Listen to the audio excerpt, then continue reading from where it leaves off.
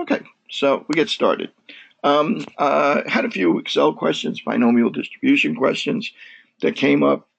Um, I think a lot of that's covered in the two exercises that we have remaining, exercise 2 and assignment 2. And so I'm going to start to go through those. As we go through those, if you have questions, type them into the text box, the chat box, so that I can I can address them. Okay, so I'm going to open those up, and like I said, let me know well, if there's issues, if you don't understand something, if you need some help with it, and we're also I'm going to go back over a little bit of the use of SPSS, copying, pasting charts, and so on and so forth. My demonstration of that's going to be a little bit limited because I have a buggy version of SPSS won't let me copy and paste easily. So, but I'll demonstrate it, and when you actually do it, you should have no issue with it. And certainly the machines in the computer lab work fine doing it. So, okay, so I'll get started. And if we don't cover something today, or if you have a concern that comes up, email me or post a question in discussions. Lately, it seems like you've been getting responses so quick from your fellow classmates on some of the questions that, by if I wait a couple of hours, I miss it, and you've already had the question answered. But and luckily to date, all of the answers have been right, so that's a good thing. So at any rate, let me get started. I think I already have. I'm going to go into the assignments. I'm going to start with exercise 2. Covered exercise 1 and assignment 1 last night's session, or excuse me, Friday night session, and that's posted on YouTube. You have a link to it on Blackboard. So I'm going to go into this as if I'm actually starting the assignment right now. Let me just get, I need a piece of paper here so I can take some notes.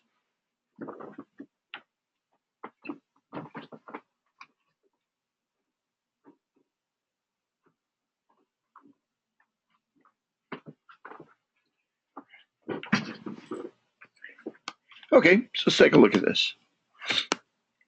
Okay, survey of 1,500 American households found that 33% of respondents have health insurance.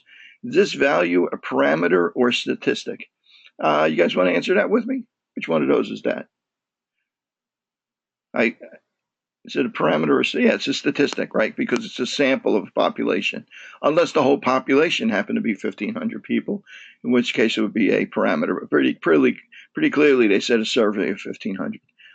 It's believed that the population mean in serum total cholesterol for adults aged 20 or over is under 96. Is this value a parameter or statistic? Yeah, there you go, parameter, because it describes the entire population. The population mean is that number.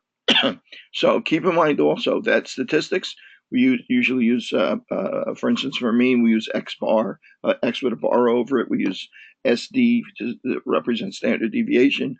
When we're talking about parameters or population descriptive statistics, we usually use Greek letters like mu and sigma for mean and standard deviation.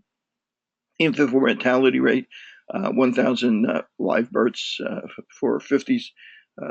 Infant mortality rate per 1,000 live births for the 50 states and District of Columbia has a mean of 6.98, standard deviation of 1.62. Assuming that the distribution is normal, what percentage of the states have an infant mortality rate between 5.36 and 8.60? So now, yesterday, excuse me, I keep missing the dates here. On Friday, we went over the empirical formula. Okay, so in this case, we're actually going to apply the some of the rules that we know about distributions. Okay, so for instance, let's open a little notepad here.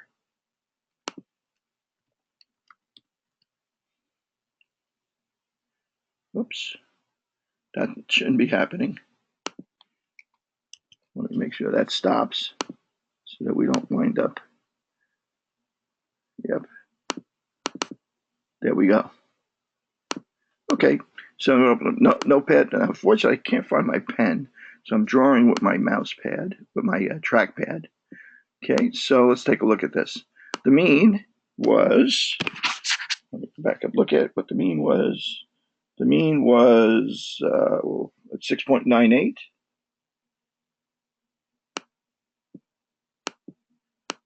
Hard to get numbers, right?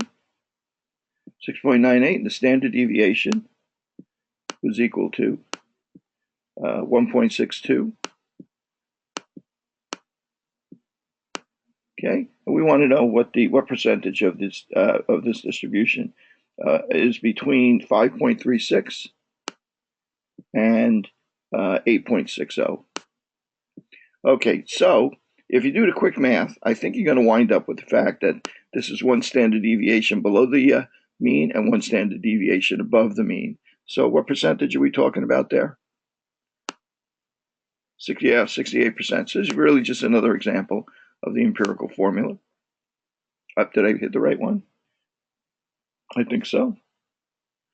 Okay, and by the way, some of these questions, the order of the numbers, the order of the answers might be different because there's a way in Blackboard to default it to scramble those, so like they pop up in different orders. The lengths of human pregnancies are normally distributed with a mean of 268 days and a standard deviation of 15 days. I gotta open Excel this time, just so it's a little easier for me to work with, to write numbers and so on. I'm gonna blow this up a bit.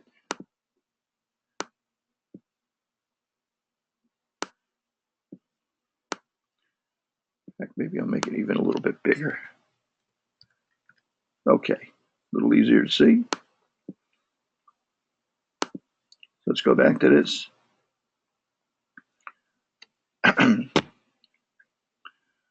The lengths of human pregnancies are normally distributed, a mean of 268 days and a standard deviation of 15 days.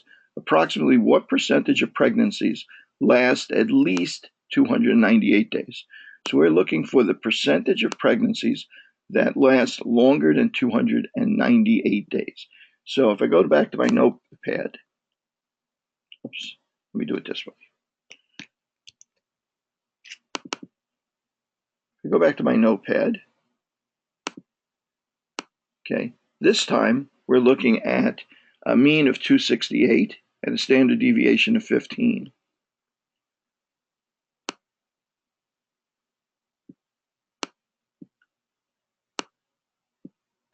Two, 5, 8, and a standard deviation of 15. Okay, so we're looking for the percentage of pregnancies that go beyond 298 days, right? So the percentages are represented by the areas of this distribution. So we're looking for this area right up here, right? So that area, right, is going to be, well, first of all, we see that the standard deviation is 15, and this is 296. So we can see we're a couple of standard deviations above the mean. So this area is going to be pretty small. We know that for starters. In fact, let's go ahead and actually solve for what the z-score would be for the number 296. In other words, the z-value that represents a number that's that number of standard deviations away from the mean. So the number of standard deviations away from the mean. In other words, the z-score is equal to 296 minus 258. Okay, and you guys hopefully be able to do this a little easier than I can, over 15. So what do we have? We have, let's see, 8 from 16 is 8. Okay, 298, excuse me. Okay, that's going to make things a little, 298.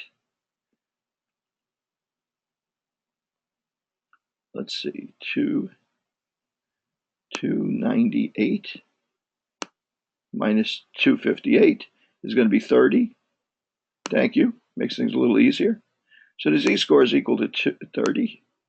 So the z-score is equal to 2. That's a real struggle. I missed that pen. Okay, so now one of the ways that we can do this is we can use the empirical formula. We know that the area that's between 2 standard deviations above the mean and 2 standard deviations below the mean, what's this area equal to? Okay, I'm going to force you to be a little bit more interactive. 2 standard deviations above the mean, right, it's 95% of the population. 95% of the people in this population are between 2 standard deviations below and 2 standard deviations above. That leaves 5% left to be accounted for. Now we know that the normal distribution is symmetrical. So that 5% then must be in the 2 areas that are left, below 2 standard deviations below the mean and above 2 standard deviations above the mean. So this area, this percentage of people that are above 296 is 2.5%. Okay, now we've already learned that the empirical formula, this 95%, 68%, is an approximation. So if we really wanted to solve for this, we could open up, there's a couple of ways we could do it. One is we can open up Excel and we can use the normal distribution formula equals norm S dist parentheses. Okay, and we can tell it what value Z is, and it will return the percentage of the population that's below that number, the p-value. 2 is the z-score. So the p-value is equal to 9.9772 and so on and so forth. That's the area below that level. This function always returns the area below that number. So the area above that number, which is the one we really want, is going to be equal to 1 minus that area. Okay, which is 2.23, 0.23, about 2.3% of the population, not 2.5%, but a little bit less than that. A lot of times the empirical formula is good enough. Sometimes we want a bit more precision. The other way that we can do this, and I'm emphasizing this because you can check, as you're working with this stuff, you can use this to check your answer, make sure you're right. So now if I, if I want to know, notice that the z-table is illustrated showing you that whatever z-score you look for here, that represents the area below that z-score. So these are all the negative ones, so they're all going to be to the left of the mean, and then the positive ones are going to be to the right of the mean, and they're larger areas, of course. So z-score 2.00 is 0.9772. Again, that's the area to the left, so we have to subtract that from 1, and it's going to give us pretty close to the same answer as we got in Excel. Okay, I just wanted to illustrate that. So if you're not comfortable doing it one way, you have another way to do it. But as I said, I'm really anxious to get you guys to get into Excel and use it a bit. So we're looking over here, in this particular case, the answer that they were looking for was just 2.5. Okay, a nurse supervisor found the staff nurses completed a task in 10 minutes on average. A lot of people had issues with this, and it's more a parsing the language issue than it was understanding the math issue. Okay, let's take a look at why they had problems with this. Nurse supervisor found, excuse me, complete a task in 10 minutes on average. If the times required to complete the task are approximately normally distributed with a standard deviation of 3 minutes, find the percentages of nurses completing the task in less than 5 minutes. Okay, so the task, on average, it took them 10 minutes. So what percentage of nurses completed the task in 5 minutes? Okay, so, and we want to report that as a decimal place with 2 extra decimals. Okay, so there's a couple of ways I could do that. One way is I could say to myself, well, I could write out the formula, right? Let me go back to, so get to my notepad again. Whoops.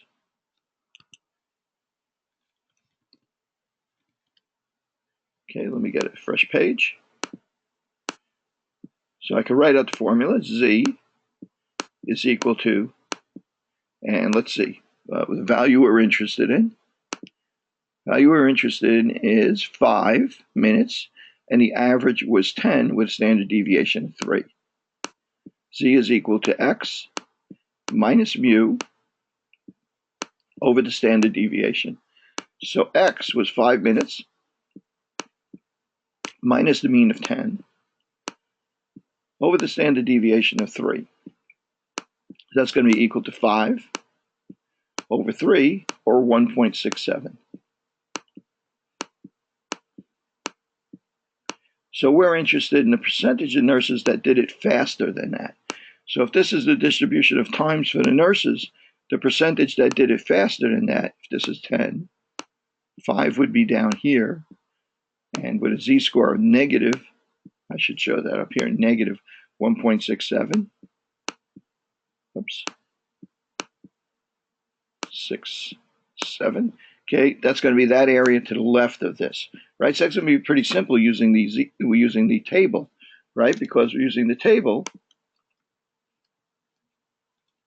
Let me get back to it.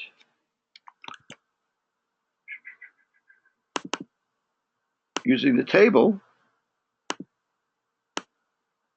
negative 1.67, negative 1.6, 0, 1, 2, 3, 4, 5, 6, 7 would be 9.9525, which would represent an area to the left of that.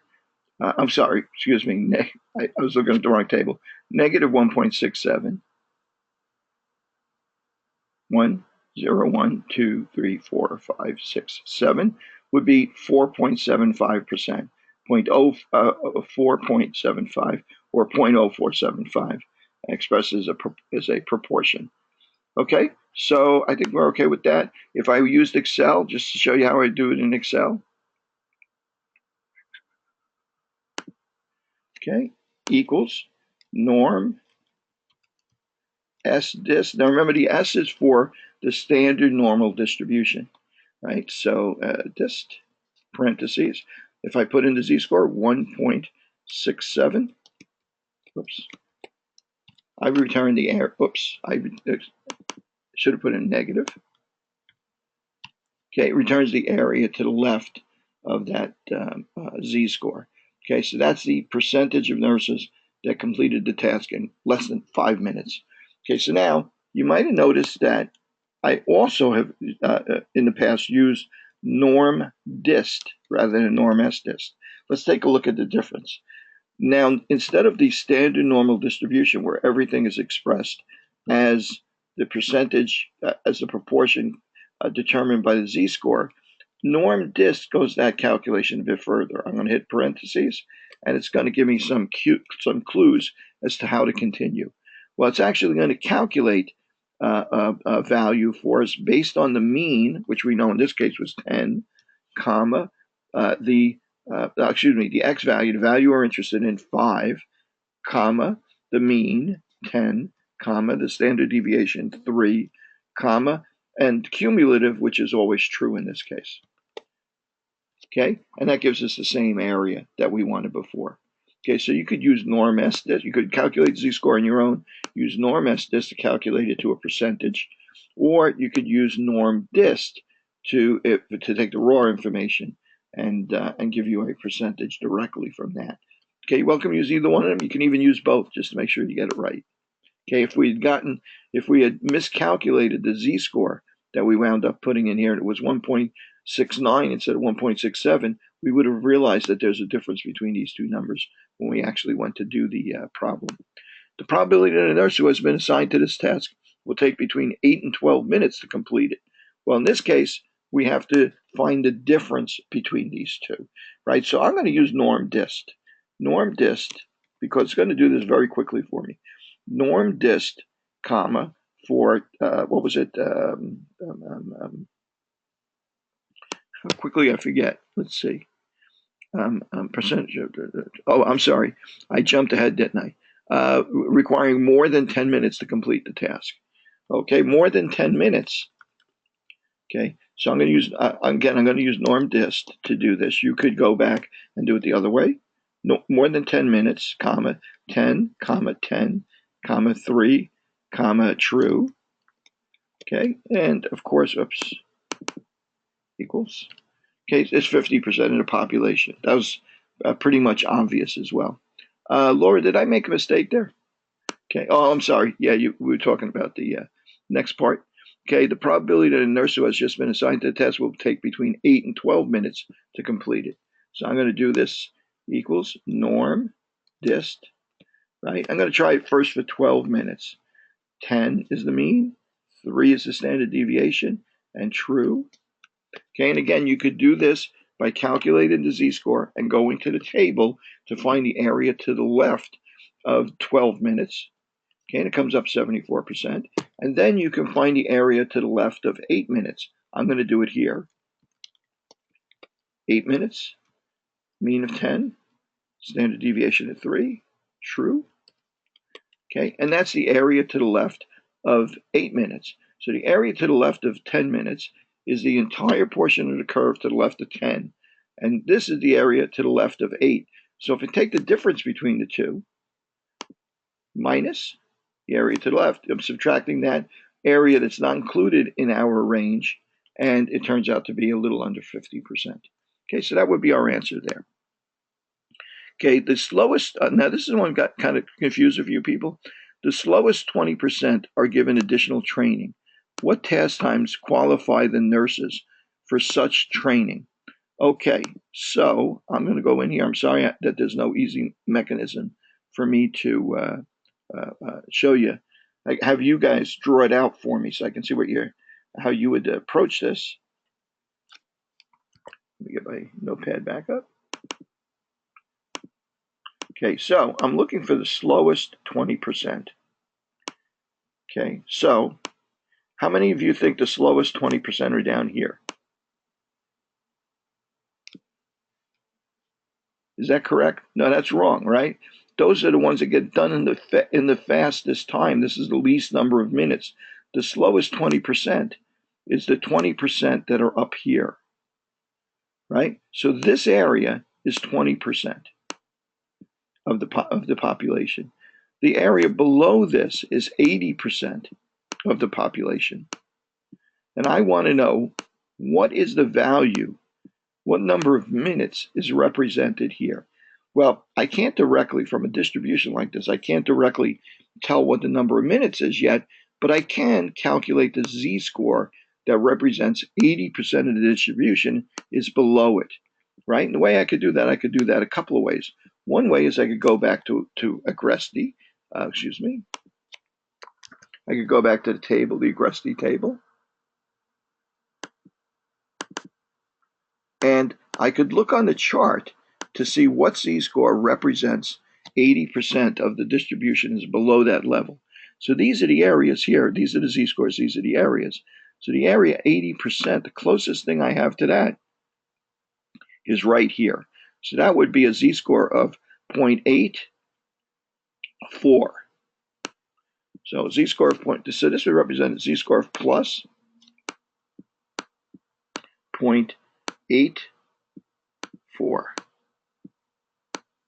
Okay, so in order to find out what the value of x is, now I could go into my formula. Z is equal to, is equal to x minus mu over the standard deviation sigma, right? Now I know everything. I know what z is, I know what mu is, I know what standard deviation is. The only thing I don't know is x. So I could just fill that in, 0.84. Whoops. Is equal to x minus 10 over the standard deviation, which is 3. Okay, so if I just multiply this by 3, right, I can get rid of that 3. Okay, and if I just move that 10 over to the other side, it'll be 10 plus 3 times 0.84, right, or roughly about 12 and a half minutes or so, it looks like. So you can actually calculate that answer and fill it in here. Okay, so is everybody comfortable with that? That confused a few people just because of the strange word twist there. We are comfortable with it, or we're not comfortable with it? Okay, good. All right, good. I'm falling behind on noticing what the comments are. Okay, so let's go to number 6. Oh, let me show you one more thing. The way I could have done that with Excel. Okay, let's see. Equals. Now I want to know what z-score represents the area to the left of the area that's represented by 80. What's the z-score that represents an area of 80% to the left of that value.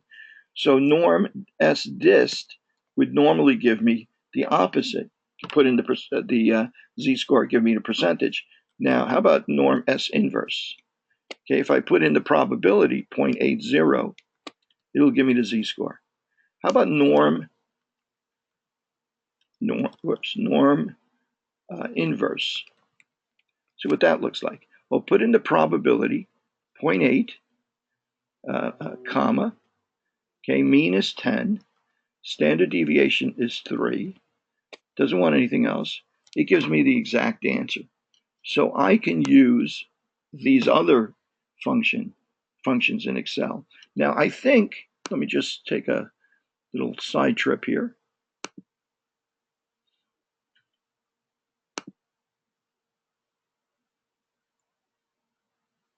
Into Blackboard. I don't know if you guys noticed this or not. I didn't really check how many accesses we had to it. There's a section here, reference materials. You may have noticed I uploaded a Excel spreadsheet which describes all these different functions. Norm S disk produces the p-value, the area to the left of z, and you provide just the z-score. Norm dist, this is what you provide, this is what it gives you. Norm inverse, this is what you provide, this is what it gives you. Norm S inverse, and so on and so forth. So if you need to, you can go back and test these and get familiar with them. Binomial distribution, you know, what you provide and what the result that you get from it is. Okay, and also gives you a little bit of feedback on when to use, you know, positive, true and false for the distribution, for the question cumulative. Okay, so just, you know, that's there just in case you need it. Okay, so let me go back to our test. Did I lose it? Here we go. Okay, so question 6, according to New York City Department of Health, have you ever been told by a doctor or nurse or the healthcare you have hypertension? In a group of 10 New Yorkers selected at random, what is the probability that exactly 2 of them are hypertense? So now what kind of distribution is this? It's a sample, a fixed sample of 10 people, right? It's got a fixed sample. The probability that any individual, since we sampled it in random, probability of any of them is the same of being diagnosed with hypertension. Right, so probability is the same for each individual, and we're going to examine whether or not they have a certain condition that they can answer yes or no to. Has 2 possible values: yes, no, positive, negative, so on and so forth, male, female, whichever. Okay, so this is a binomial distribution. So we know in Excel we can calculate this very easily. Okay, so we want to know in a group of 10, what's the probability that exactly 2 of them are hypertensive? We know, and we know overall in the population, 28.3% are hypertensive. So I'm going to go to Excel. I'm going to type in equals, and again, this is in that sample table I gave you before. Binom dist. Now, this is the same function, so I'll just do it this way for this time. It'll come up, if you leave out the period, it'll come up the same. Okay, so the number of successes, that's the number of people out of 10 that actually have diabetes. They're asking for 2 out of 10. What's the probability exactly 2 out of 10? Out of 10, the number of people you sample, number of trials, in other words, the probability of success was 0.283, comma, and it's a cumulative. Well, in this case, if we say cumulative, it'll give you the cumulative probability for 2 out of 10 people being positive, 1 out of 10 people, or none of the 10 people for those 10 people you select. So in this case, it's specifically for the probability of exactly 2. So we're going to say false for cumulative. Okay, and that's 25%. Okay, and that's the answer that we would give there. Now, the next part asks, what is the probability that if you randomly select 10 individuals, at most 2 are hypertensive? So what does at most mean? At most means 2 or fewer. 2, 1, or 0, right? They are all included in that. So instead here, I'm going to actually not even going to retype that and just show you that it's the same question, except now we're going to say true, and it's going to give you the cumulative probability for 2, 0, 1, or 0 out of those 10 being positive. Of course, that's going to be higher because we've expanded the people that would qualify within that group. So, of course, we know that the most likely outcome is about 30%. So, most likely outcome would be three people. Okay. What's the probability that if you randomly select 10 people, at least one of them will be hypertensive? Well, what does at least one of them mean? At least one of them means, let's say 1 qualifies, 0 doesn't qualify, 2 qualifies, 3 qualifies. So anything from 1 up qualifies. Well, we can't use the binomial distribution to calculate from a binomial function to calculate from that number up. We can only calculate down. So the only number that's excluded in at least one of them is 0. So I could say equals binom dist, or either way, dist, parentheses, and tell it that, well, what's the probability of 0? 10, comma, 0.283, comma, doesn't matter true or false, it's going to come up the same because 0 is the lowest number there. I'll put true just for the hell of it. Just show you I have some confidence in this. So about 3.5% of the people, 3.5% of the time, if you took a random sample of 10 people from this population, you would get none of the 10 people having diabetes. So to know what's the probability of getting 1 or more, it would have to be the difference between that and 1. Okay, 96.4. Okay, okay, good. Norm S inverse. Did I miss something there? Or did I just look away and like I'm looking at a question from a while ago? Okay, so let's see. According to behavioral risk, 58% of Americans have a sedentary lifestyle.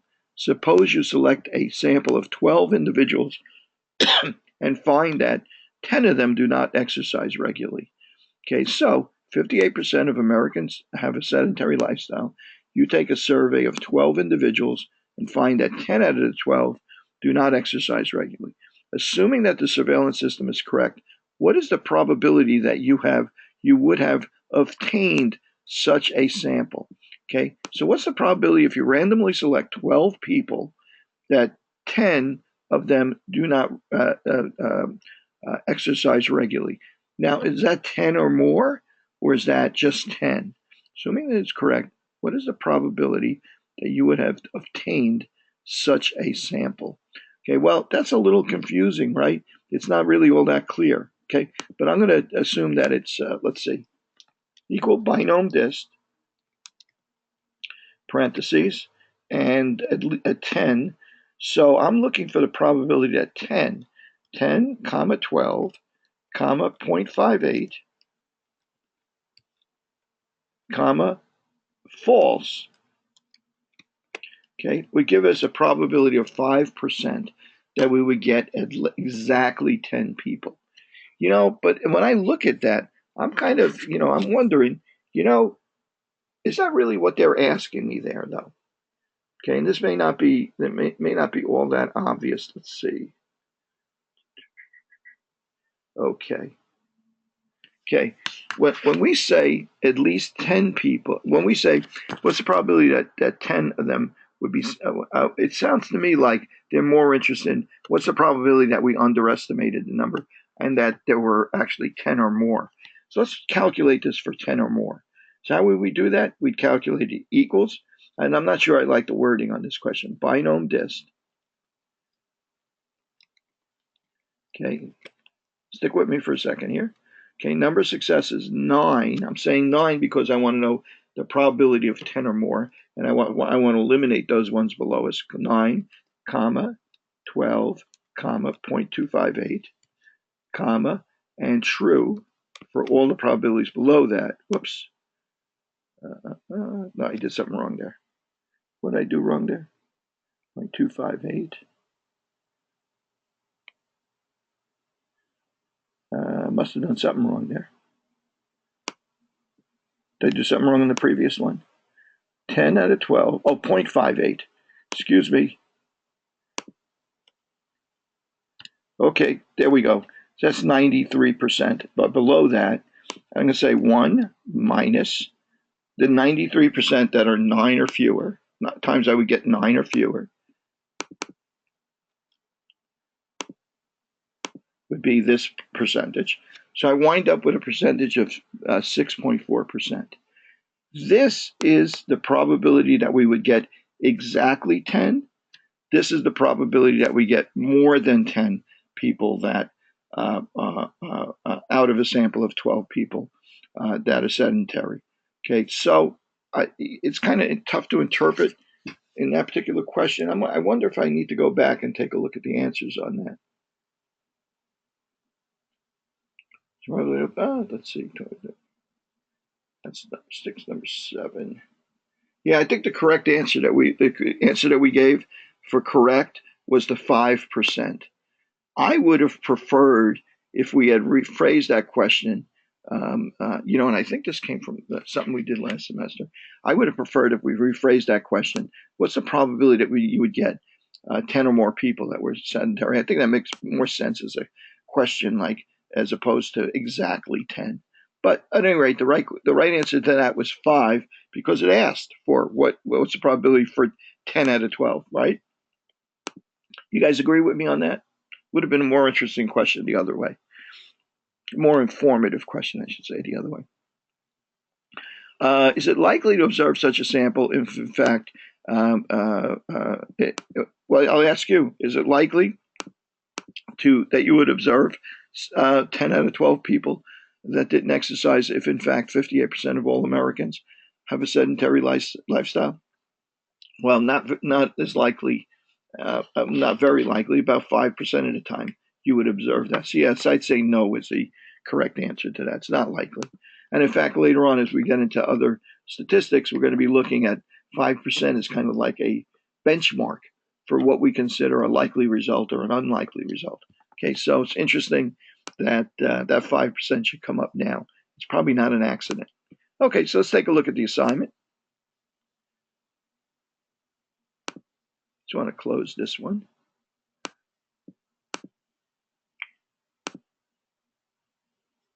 Okay, I'm going to run this.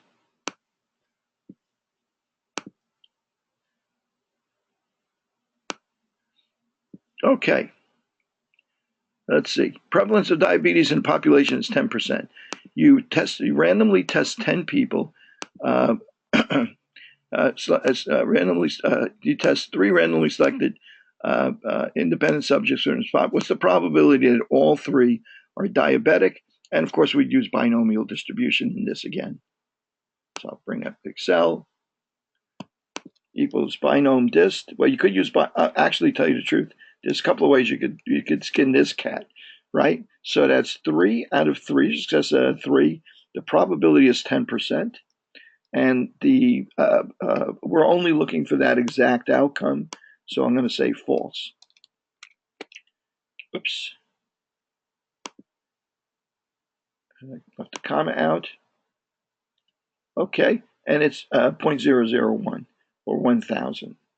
Okay, so does that make sense? Well, in fact, what is this? This is multiplicative tool. Tool. So 10% is first person, 10% is second, 10% the third. You could have just said 0.1 times 0.1 times 0.1. The only time we really have to invoke the binomial distribution is when we get a calculation that requires many different ways, orders that you could get the results in. Like, in other words, if we said 2 out of 3 were positive, were diabetic, then that could have happened. The first person could have been a positive, second negative, third positive, or could have been the first 2 positive. A lot more different possibilities. Okay, but how about this? Prevalence of diabetes, 10%. You test 3 randomly selected people. What's the probability of none of them are diabetic? Well, I could use the binomial distribution again, except that would be 0, right? None of them are 0, 3, etc. Or I could use the same tool I used before, multiply them. But now the prevalence of not having diabetes is equal to 0.9. So the result would be equal to 0.9 for the first person times 0.9 times 0.9. Oops. A times 0.9. Hopefully if I got it right, yeah. Now I'm going to just check it. Binom dist, and that's 0, comma, 3, comma, 0.1, comma, and doesn't matter if it's true or false. I'll say true for just for argument's sake. And again, we get the same result. Okay, so kind of confirms that multiplication rule. Okay, is known that 60% of the population has completed high school. You can take repeated samples of size 3 from this population, and you find that 22% of the time, all 3 subjects have graduated high school. Okay, so let's think about this. Okay, does this suggest that your sample was random and independent? Okay, so now before we realized that we could apply the multiplication rule to the probability if the sample, if all of the people in the population have the same probability of having that condition, yes, whatever it is, if we sample it randomly, and each sample is independent. In other words, we're not just sampling people in the same family and so on and so forth. Okay, so let's take a look at this. So our expectation is that if 60% of the population has completed high school, you take random samples of size 3, what percentage of the time would you expect to have all 3 people to graduate high school? So the multiplication rule says that it should be 0.6 times 0.6 times 0.6, which comes out to 0.216. Okay, so yeah, that looks like roughly 22% of the time that you would get all 3 people. So what does this suggest? Yes, your random was not random, was not independent, your sample was random and independent, or you don't have enough information. So I would say probably we're going to be looking at that. Okay, so let me see. I did this questionnaire. Hang on a second. Yeah, I think we did. It must have been on the same. It must have been on the same. It must have been repeated between the NVM. What does NVM stand for?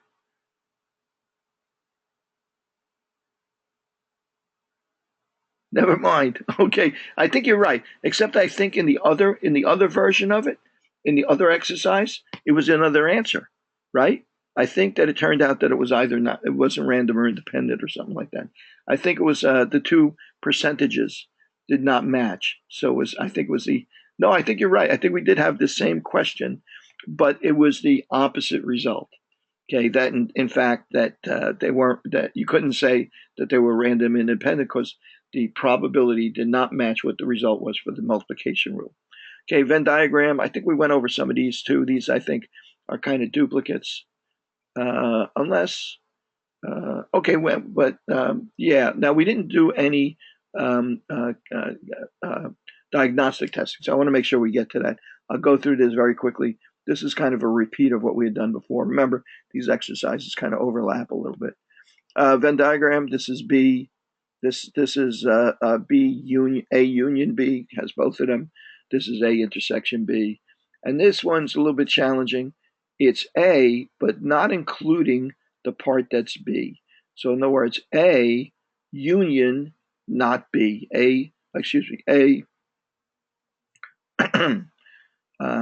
intersection, not B. So only the areas of A that satisfy A, but also that are not B. Okay, so that's that one.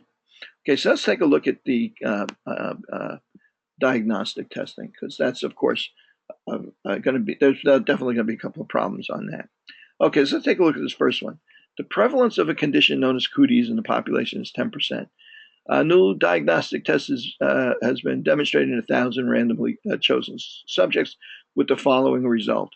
Okay, and here we go. It turned out of these 1,000, 100 had cooties, 900 didn't have cooties, 170 tested positive, and 830 tested negative. Yeah, you're not, Mel, you're not imagining that we actually did kind of do something very similar to that.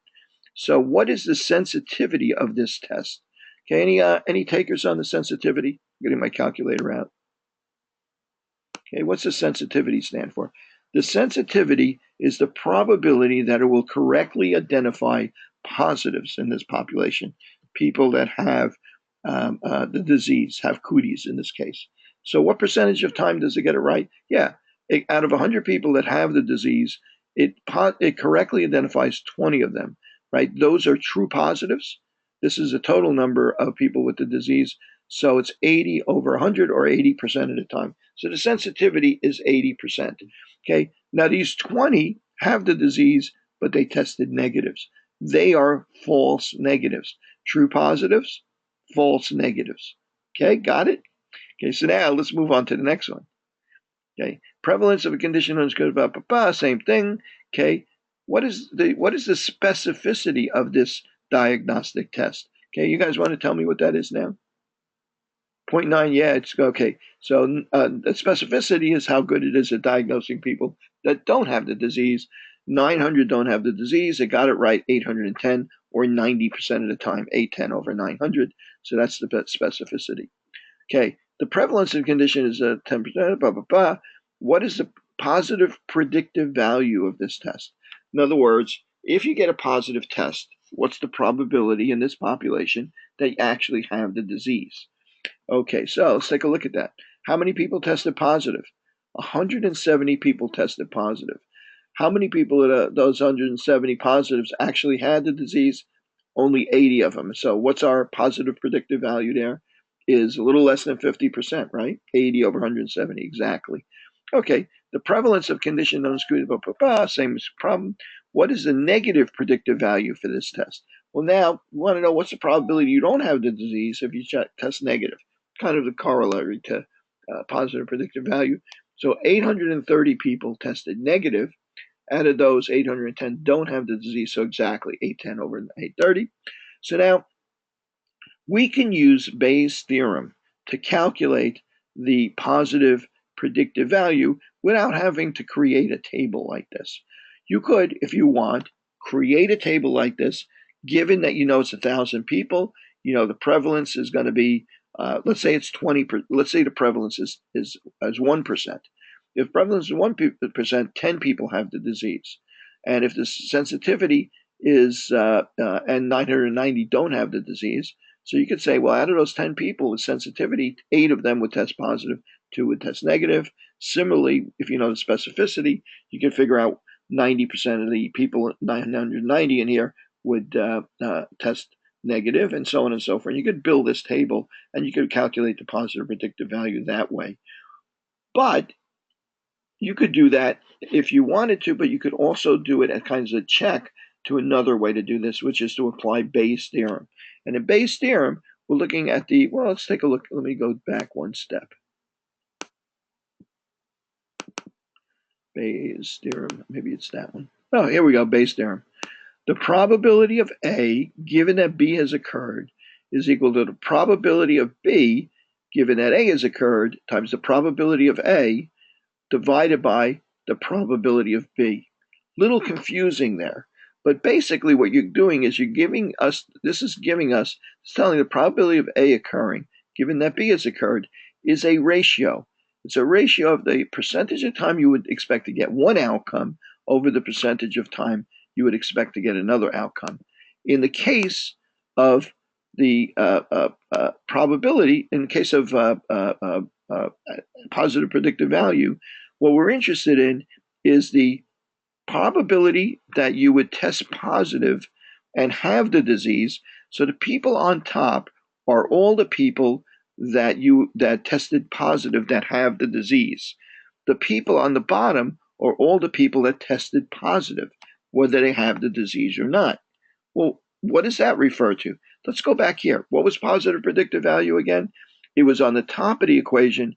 It was the people that tested positive and actually have the disease, right? Divided by the number of people that got a positive test, whether they did or not. So that's 80 over 170. This is the equivalent of 80 over 170. In this case, it's expressed as proportions of the population. Okay, that's why it's not quite as clear when you look at these numbers and there's just strange, just regular integer numbers. You're really doing with Bayes' theorem the same thing that we did here with 80 over 170.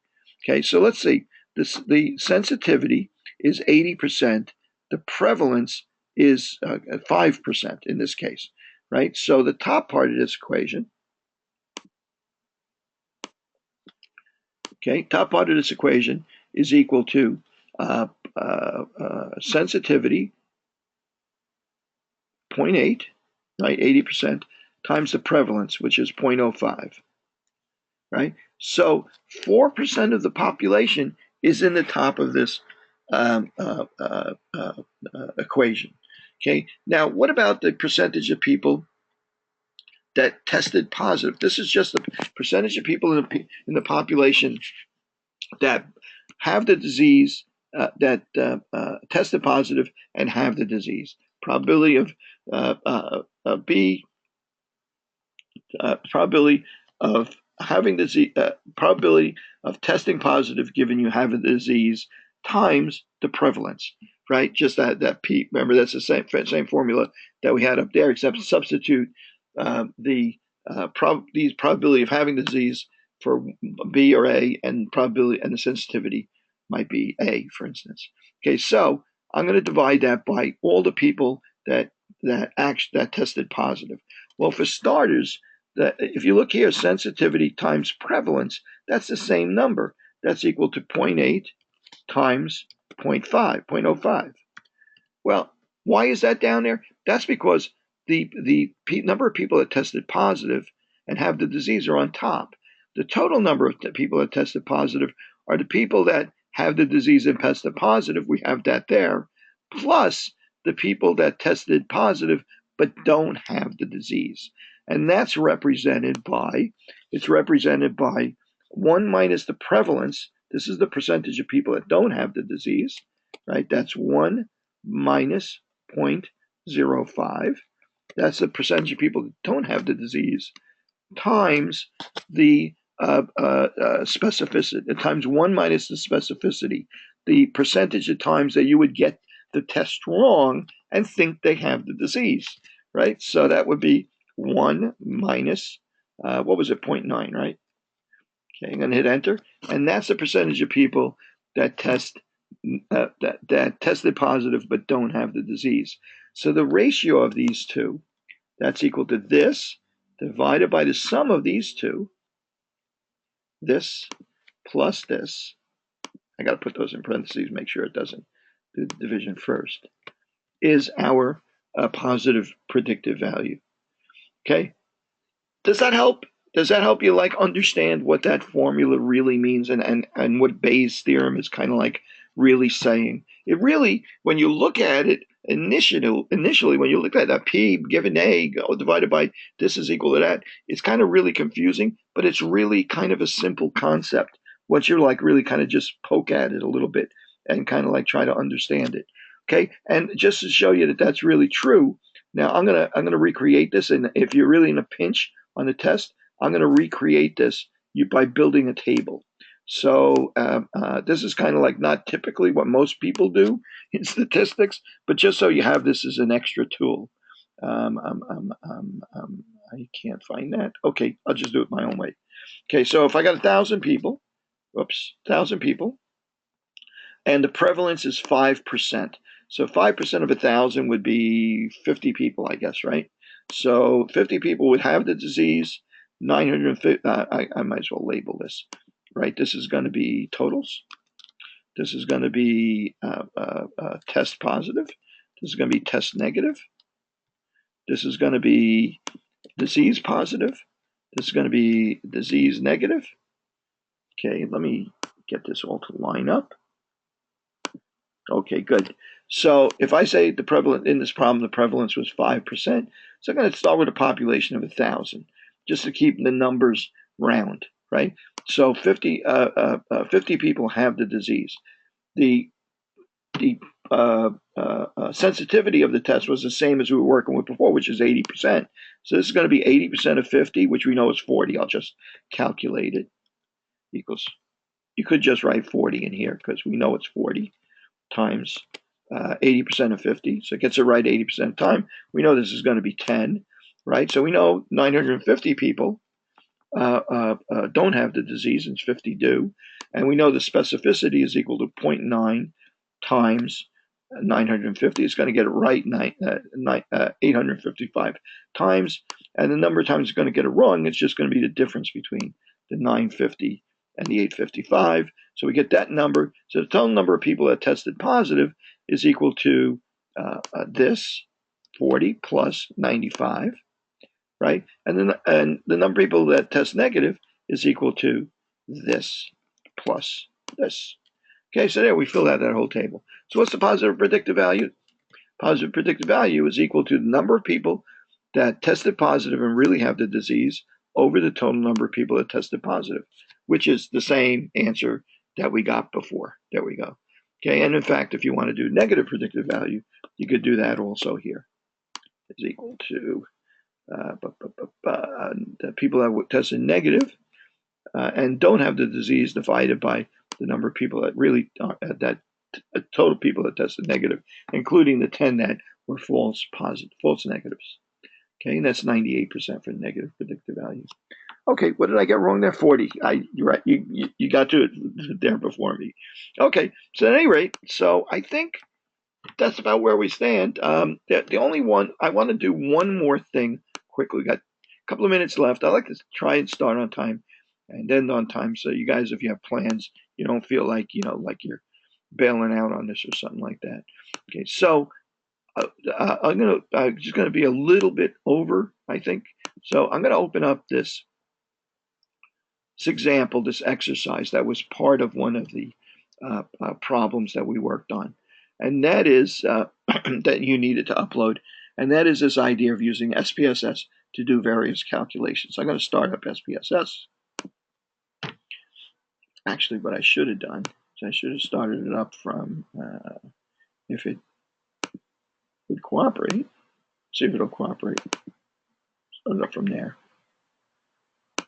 Okay.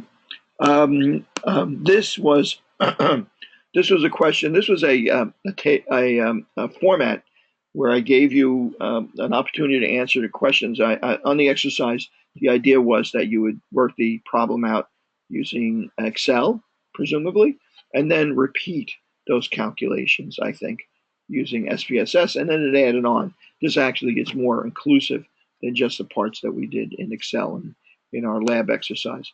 But just so we're all comfortable with it's it. 11 o'clock.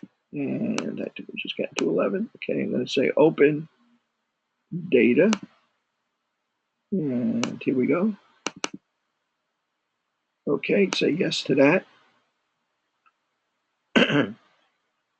Okay, so in this problem, I'm going to get this out of the way. I don't need this table, just got a warning on it, so it's distracting. Okay, it asks you to determine various things.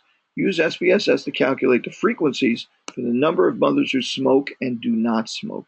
Okay, so I'm going to go in here, and we know that there is a variable here called smoke, which represents which of these 800 mothers that are in this sample, which one of them smoke and which one of them don't smoke. If I go into the variable view, I can actually see for the variable smoke what those values mean. I can go into the value labels and see 0, mother did not smoke during pregnancy, and 1, she did smoke during pregnancy.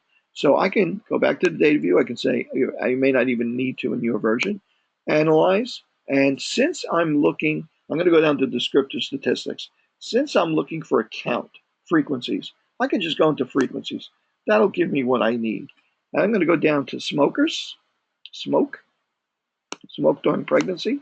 Notice it's using the symbol for a nominal variable, nominal categorical variable, and I'm just going to say OK.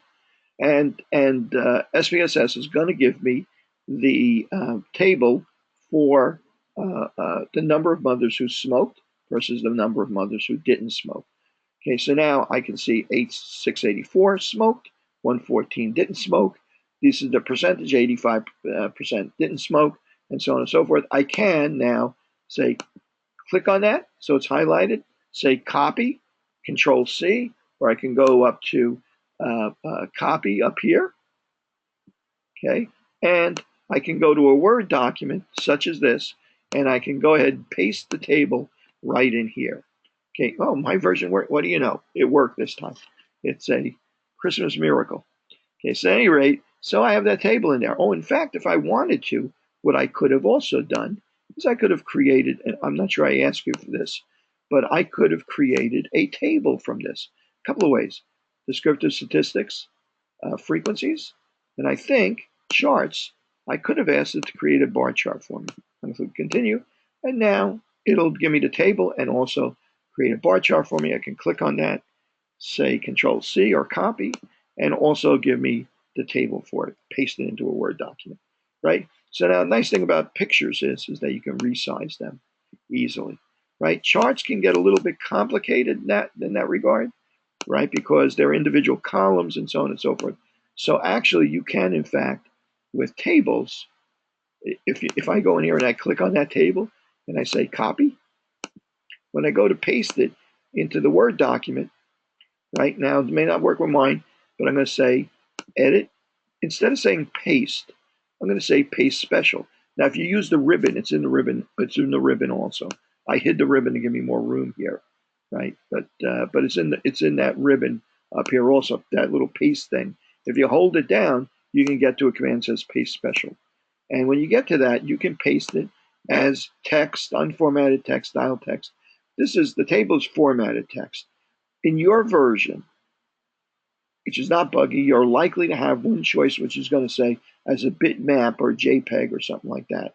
If you paste the table in as a JPEG or a bitmap, well, then you can't go in and change things or highlight. For instance, actually, you probably don't want to change things. You might want to highlight things, for instance, make that bold, for instance, right? You lose the opportunity to do that. However, it turns it into a picture, which makes it much easier to move around a document, stuff like that, just so you know about that. Okay, so you may notice that I've given you hints for these various things. Produce a pie chart, right? And one way is to go into analyze, descriptive statistics, frequencies, and let's see if we have a choice for a pie chart there. Okay, it could have done it that way and produce a pie chart. The other way is to go into graphs. I usually use legacy dialogues. You could play around with it and say I want to produce a pie chart, and I'm going to say define it as smokes, whether some person smoked or didn't smoke. Okay, number of cases. Okay, and it should produce a pie chart for me. Okay, so, and in fact, if you look, we've actually given you kind of a roadmap to this. So you can use this kind of as a reference on the test if we ask for something similar. Bar chart, so on and so forth. A couple of ways, again, several ways to do this stuff. Okay, descriptive statistics for numerical, this is descriptive statistics are done for numerical variables. SPSS calls them scalar.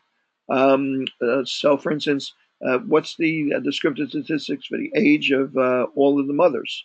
Okay, so I can go into SPSS, descriptive statistics, descriptives, okay, and I can tell it, well, I want to analyze the age of all the mothers, and do I got any options there? Well, gee, I can take the mean, standard deviation, give me the variance, give me the range, okay, that's about all that'll give us there, and there you go, we have a new table, and I could click that, paste it in there as well. Now watch when I do this. When I paste this in, you see it overruns the page. Oh no, I guess it's just small enough to fit. Sometimes it'll overrun it. That's a good reason to use a picture instead, because you don't have to resize the thing, which can get tedious. How about a histogram for all the ages of all the mothers? Two ways you can do that. One way is to go into SPSS, analyze descriptive statistics, descriptives, and say under options, nope, it's not there. Oh, no, you can't do it here. Okay, so you would have to go into graphs, legacy dialogues, a histogram, and tell it what variable that we want a histogram for. Where is it? Age of the mother. Put the variable in there. Oh, look, it's got a little option here where you can kind of like see how well it matches to a normal curve. I'm going to click that just for the hell of it. We didn't ask for it. Okay, don't do it if it didn't ask for it, right? Only get stuff wrong, but I'm just curious about it. So look, here's the actual histogram with an approximation of a normal distribution dropped over it. So it looks pretty normal, right? Okay, so let's go a little further.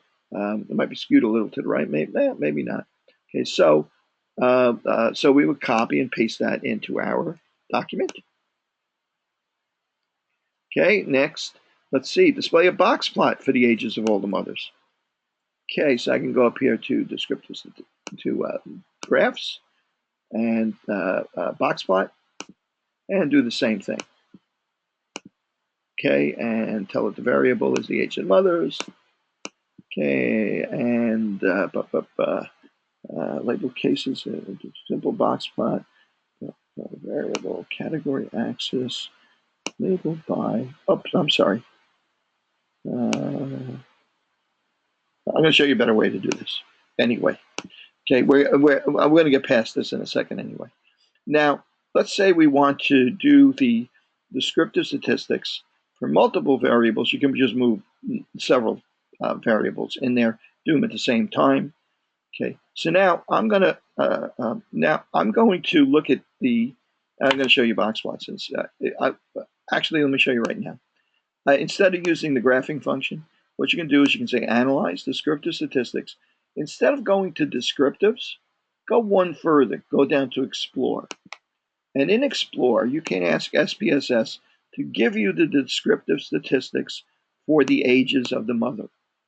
Okay, now SPSS in this version, remember it's going to do all the same things, actually going to do a few more things, right? In this version, it automatically produces a box plot, but you can also tell it to produce, a histogram as well if you want to. So I'm going to say okay, and there's our histogram just as we produced it before. Right? And here's our box plot as well. So we've produced our box plot, we can copy and paste. So if you want to produce a box plot, probably the easiest way is just to go into Explore instead of just descriptives to do the same thing. And also the other benefit of that is you get a bit more information, mean, variance, standard deviation, minimum, maximum range, interquartile range, etc., etc. Okay, now I just want to show you another thing under another neat trick is analyze descriptive statistic frequencies. Okay, you can ask let's see, frequencies. No, I don't think it's in here. Okay. Let's see. I'm not gonna bother with that right now. Okay, so let's see, where was I now? Okay, so now in some cases, we may want to compare one group to another group. So for instance, we may want to calculate descriptive statistics for mothers that smoked and compare them to mothers that didn't smoke. So in order not to go on all day with this, so you guys can hit the beach for a little while today, I'm going to combine a couple of these things into one analysis. So I'm going to say, I want to compare mothers who smoked to mothers who didn't smoke. So I'm going to go into analyze descriptive statistics. Okay, I want to compare the ages, for instance, of mothers who smoked to mothers who didn't smoke. So I know if I go into frequencies, that will do a count, but that's not appropriate for a numerical variable like the ages of mothers. If I go into descriptives, I know that it will give me an opportunity to find the average age and the descriptive statistics for the ages of all the mothers, but it won't separate it into mothers who smoked and mothers who didn't smoke. So I'm going to go into Explore instead, and I'm going to say I want to factor the ages of the mothers into mothers who smoked versus mothers who didn't smoke. So I'm going to put smoked during pregnancy as the factor that I'm going to split this up into.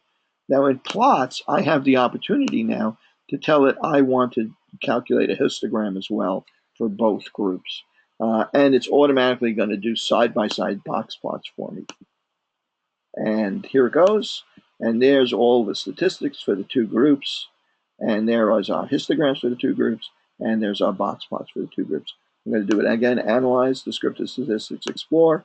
Except this time I'm going to do it to determine if the weight of the birth weight of the baby. Let's see. Completed.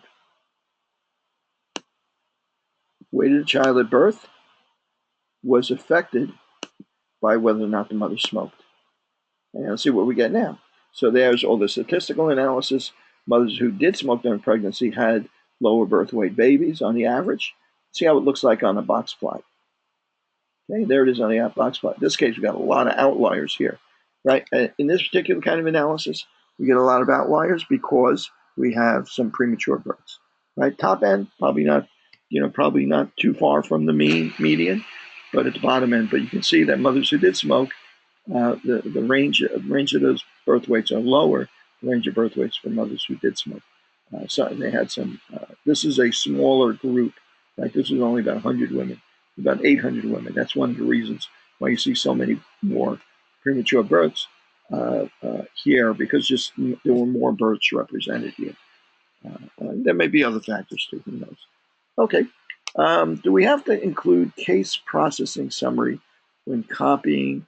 And that's up to you. I guess if it asks a question, it depends on the question that you're being asked.